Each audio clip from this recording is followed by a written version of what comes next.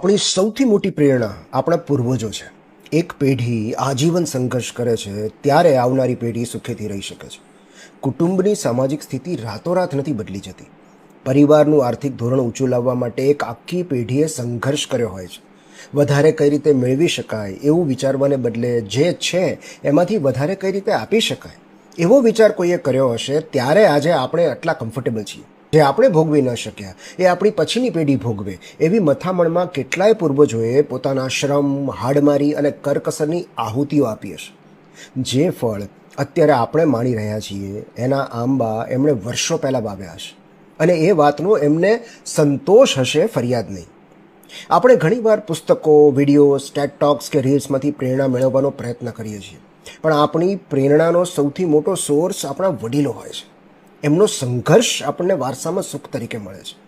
આવનારા વર્ષોમાં કદર થાય કે ન થાય, સંતાનો માટે આપેલો ભોગ ક્યારેય નિષ્ફળ અને નિરર્થક નથી.